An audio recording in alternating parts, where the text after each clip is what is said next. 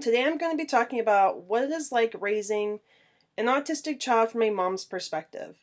A lot of moms don't talk about the day-to-day stuff that we've had to start with from the very beginning from our child, even before they were diagnosed. All the things that we've had to experience and learn along the way. Some of the not so nice parts of autism that I've had to experience watching Logan grow up with it and try to deal with it every single day. So I'm going to be talking about what it's like raising him from before he was diagnosed to where he is now. Alright, so this first part I'm going to talk about what Logan was like when he was younger. Before he got diagnosed, my son did speak some, but it tapered off when he got to be about 3. He would have violent tantrums to the point where he would bang his head on the floor. So hard he would actually get what a doctor would call nodules. They basically look like you got hit with a golf ball, but the golf ball stuck, is basically what it is like. My child would kick, would scream, would bite. He would sometimes push his little brother over when he was younger, when he got angry. It was not easy raising Logan. There were a lot of things that didn't make sense when he was younger because, being as it was our first child, we seen things that we didn't think was supposed to be typical of a 2 or 3-year-old. Things he was supposed to be able to do that he wasn't able to do. He didn't hit all of his milestones the way he should. He was delayed in a lot of his milestones, his speech particularly. It wasn't until he got diagnosed that we finally had our answer, and it was a relief in a way to get his diagnosis, to be able to understand why our child was behaving the way he was. But in the same hand, it was very upsetting because as a mother, you don't want to think anything's wrong with your child. Your child is perfect. And to be clear, my child is still perfect in my eyes, regardless of what his doctors have told me over the years. He is still perfect. Everything about him is perfect. He is just a wonderful child, and I feel very blessed to be his mother. As he got older, it still is not easy. It's still not easy raising him because every day, even though it is scheduled, there are things that are not scheduled for Logan that can cause him to have what I guess is called sensory meltdowns. Versus a tantrum, he's just getting upset because he's not getting his way. His sensory meltdowns are caused by, what I've learned over the years is my son has heightened senses. His sight, smell, taste, touch, every single one of his senses is dialed up a lot higher than me and my husband and my youngest son. My oldest Logan is able to take in things way more than we are. So say you hear an ambulance coming down the road. You hear it, at a normal volume, so to speak. It doesn't hurt your ears hearing the siren. For my son, he covers his ears because he can hear it as it's physically right in front of him, is the best way I've been able to interpret his behavior. If my husband uses certain power tools, my son will cover his ears, and there was a time when my husband couldn't use our Dremel because of the high-pitched noise it would make. It almost looked like it physically hurt our son when my husband would use it. Because he would do this, and he would just start screaming because it was like it physically hurt him. So there were tools and things we couldn't use. Certain foods my son cannot eat because there's a certain taste or texture about it he doesn't like. And as a mom, that makes it very difficult because one of the big things is my son doesn't eat meat. A lot of the foods I make are meat. And it's very hard because my child, for the longest time, could only eat a few things. And as I'm trying to bring up both my sons, my plan was to raise them as, my parents raised me and how my husband's parents raised him. You ate what was for dinner. We've learned over the years that some of our parenting tactics we've had to chuck out the window because they just don't work on Logan. They just don't. Our parenting tactics have to be a little bit different with Logan because he doesn't. It just about him is just a little. It's unique. There are certain things about meat that he doesn't like. He can't tell us why he doesn't like the certain things of meat. We can only assume it's the texture or the taste, but it could be something else. It could be the way it feels when you chews. We don't know. He's not at that point where he's able to give us full sentences and explain why. Someday we're hoping he'll be able to tell us why he didn't like meat growing up. Because I don't know. I ask him why you don't like it, he just goes no. And I'll go, okay, but why don't you like the meat? It's learning every day. When he was born, we had all these, everything in place of how we were going to parent him and everything. And we thought we had all the answers. And then once he got diagnosed, nope, all that's gone. All the stuff that we had planned on doing with our son, out the window. It completely changed our view. We have to do things differently with him. Even going places. We have to watch certain places we go because sometimes the places we go upset him. And it's very hard because for my youngest child, there's things we have to miss out on because his older brother can't do. Like one of those things I'll mention, which it hurts me as a parent because I wish I could do the things I can do with my youngest child with Logan. And for the longest time, there's not just back then, but now it still bothers me as my son gets older. There's things I know his younger brother's going to be able to do that my son cannot do. And it's heartbreaking because I know he's not there yet. And by the time he is there, he may not be able to. It may be gone and past. That opportunity may have passed him.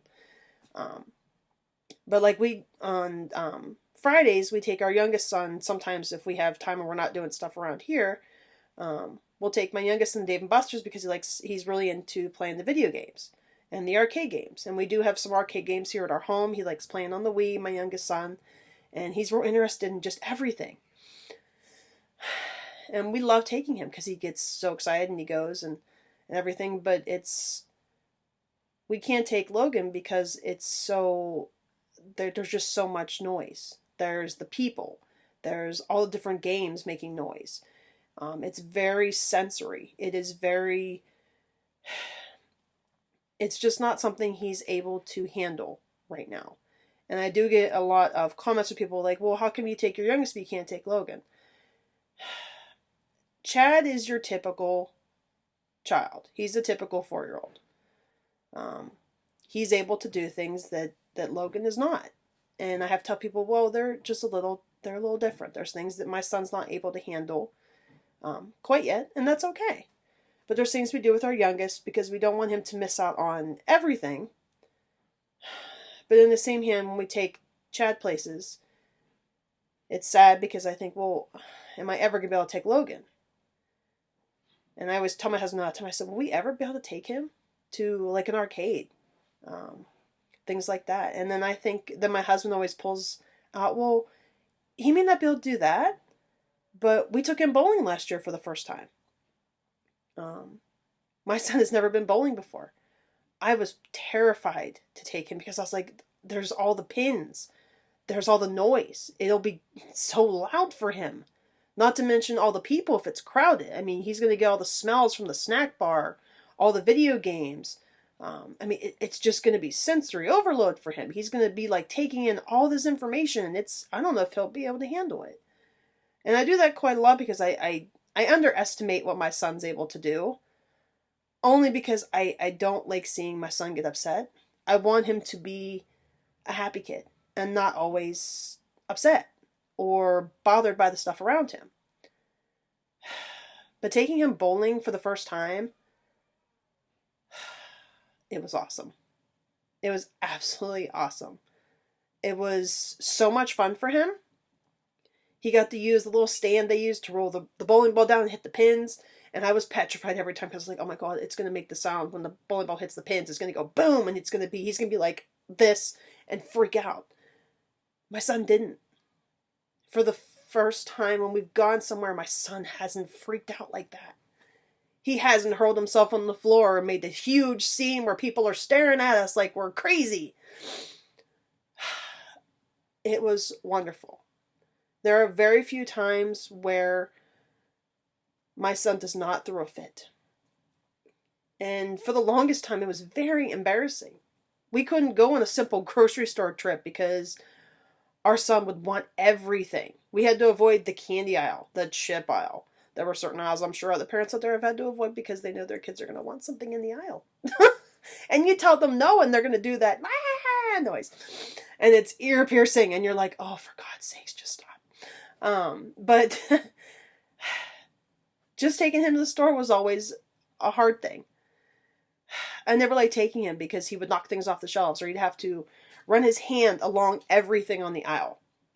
Or he wouldn't listen to me. That was another thing when he was growing up. He was very non-compliant. He's still somewhat non-compliant. He tends to kind of want to do his own thing. And that's fine, but there's times where sometimes it's a dangerous situation. But the store, it's not really dangerous. It was just he had to touch everything. And it would be like, okay, you need to stay with mommy so I know where you are so you're not taking off on me. Because he would do that in the store too. He would just run amok in the store and it would be like, get back here. And you're like, trying to not look like a psycho mom chasing after your, non-compliant child. I learned I'm not the only mother in the store screaming at their kids. So that made me feel a little better.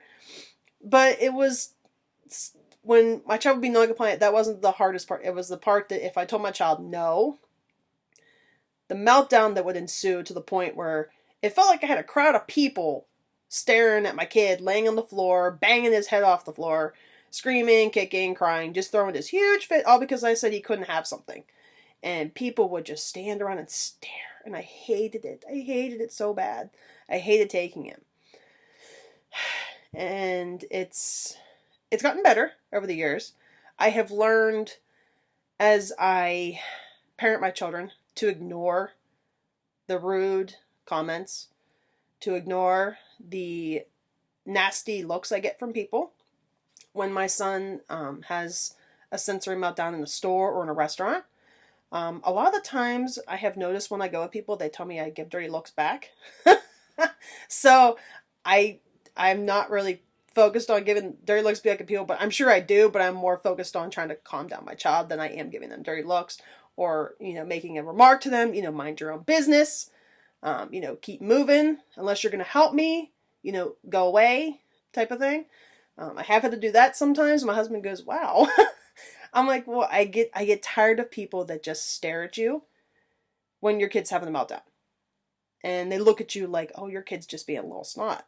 And you want to go, no, he's having a hard time in the store. You want to mind your own business? Continue with your grocery shopping. Go away. Unless you're going to help me, back off. And that's about usually what I do. So a lot of times my husband doesn't go with me in the store because like, someday someone's just going to tell you off. I'm like, let them. Let them. I just became my mother there for a second. Sorry. But it's just raising him. There's just been a lot of things that it's terrifying. But yet, in the same hand, a lot of things that Logan's not able to do, there's other things he can do. And like I said, with talking with his brother and things like that, his brother often asks too. And it's hard to explain to his younger brother, which is very hard. He just knows he loves his brother. And a lot of the times, I'm very thankful that my youngest helps me with Logan.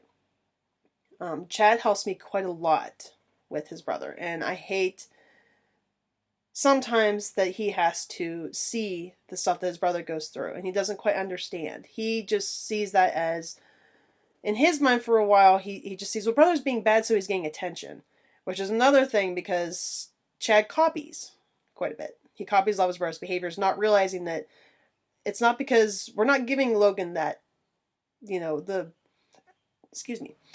we're not giving him the attention because he's being bad. We're giving it to him because we're trying to help him. As Chad's gotten older, he's understanding a little bit more that the brother's having a hard time and we need to help him and to not mimic the same behavior. There's times where Chad does push the buttons a little bit and will copy the same thing because it's still learning for him as well as it is for me and my husband. But it's funny watching him help his brother. I could not be more proud of my youngest for helping. Because my husband works all the time, Chad will usually help me a lot of times with Logan. And I don't ask him. I usually don't ask Chad unless I know that I really need the help. Because I know Chad needs to do his own thing and not be a parent like me. That's not his job to be a parent, it's my job. But there are times where I have him help for the little things that aren't quite so, like becoming a parent. Like, oh, hey, brother's having a meltdown. Could you maybe go get his weighted blanket? It'll help brother calm down. Usually when I'm trying to hold Logan so he's not hurting himself or me or his brother. And usually Chad will go get me. It's usually something I need for Logan while I'm trying to tend to Logan. Chad's quite helpful in that, and I'm very thankful to have that his younger brother does that. But it's just wonderful that he helps. Logan requires quite a lot of assistance. As he gets older, I'm trying to get him to be a little bit more independent with the help of his school and the help of his therapy. For those of you who ask, it is mostly me who takes care of Logan. I am his sole caregiver since his father works a lot of the time. Whether it's going to work or working on our house or doing things like that, I am the sole caregiver. When we go places, I am Logan's aide, his mother, his everything.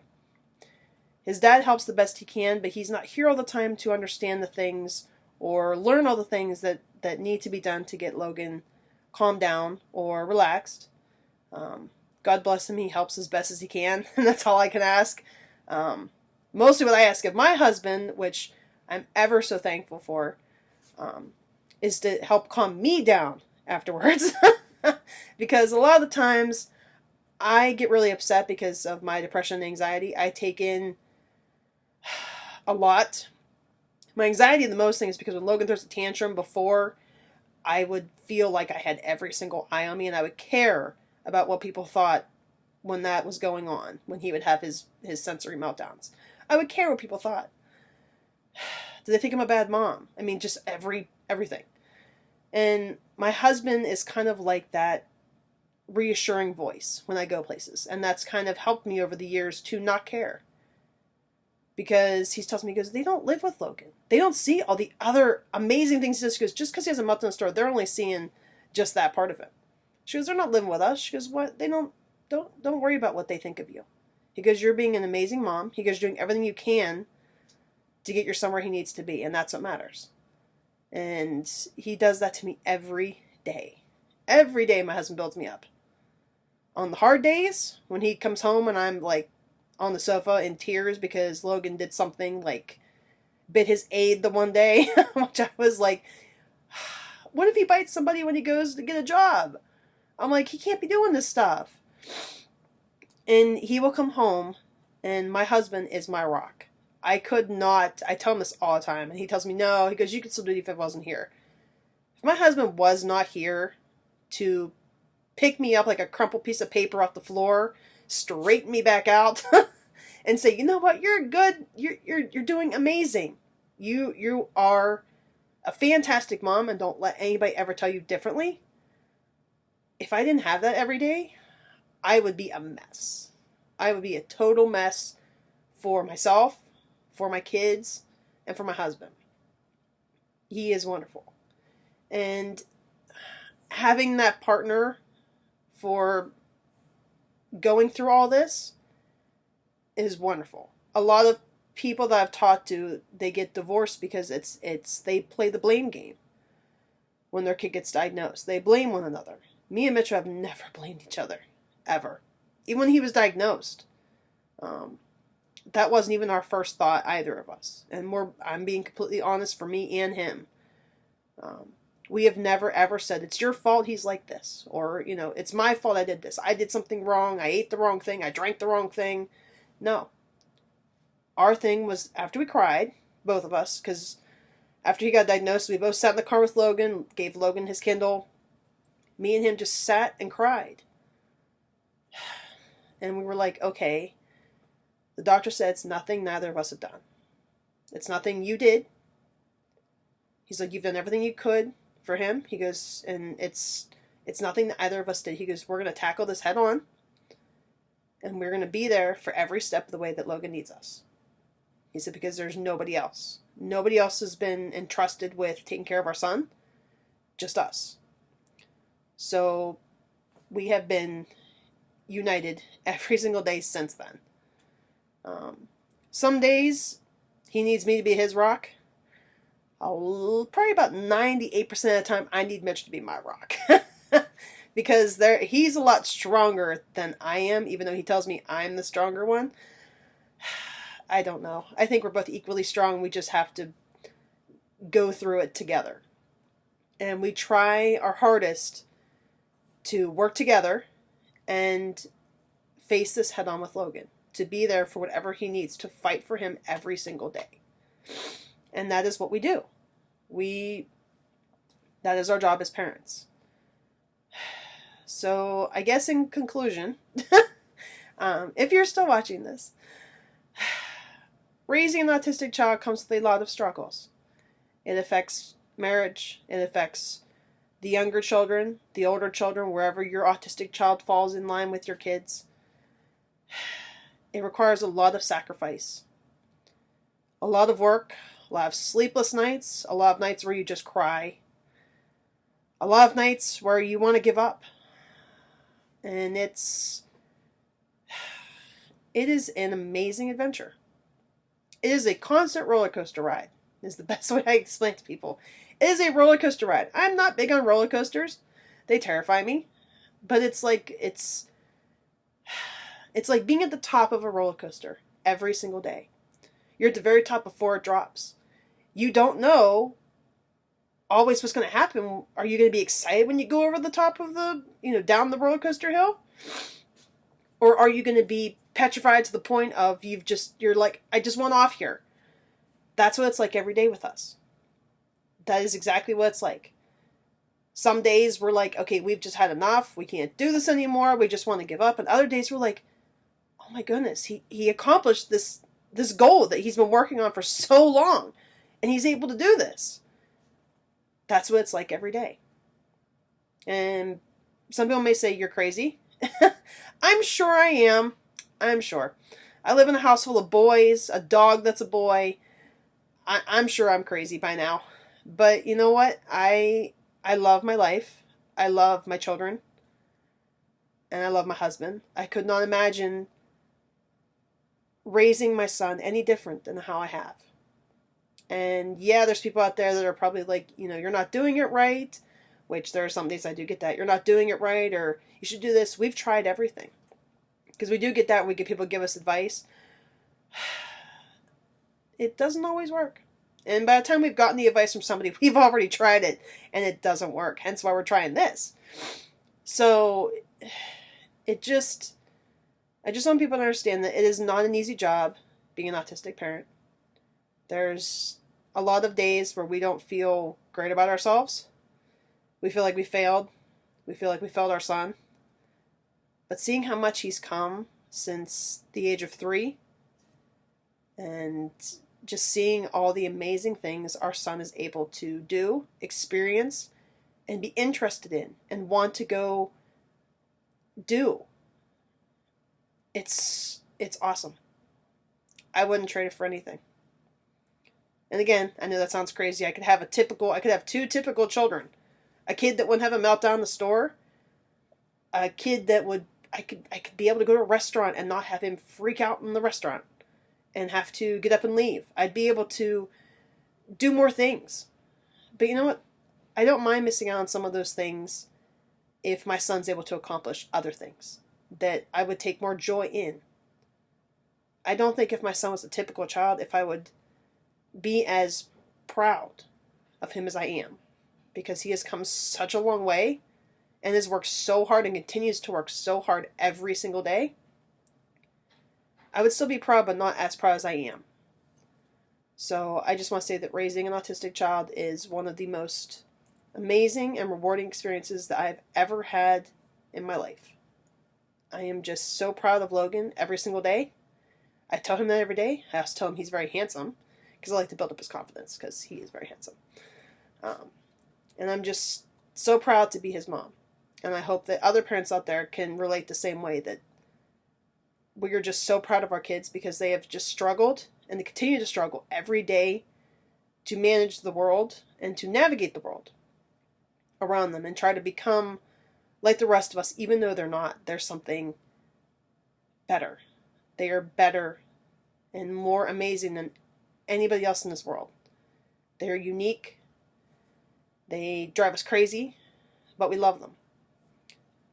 And that is my view on what it is like raising an autistic child.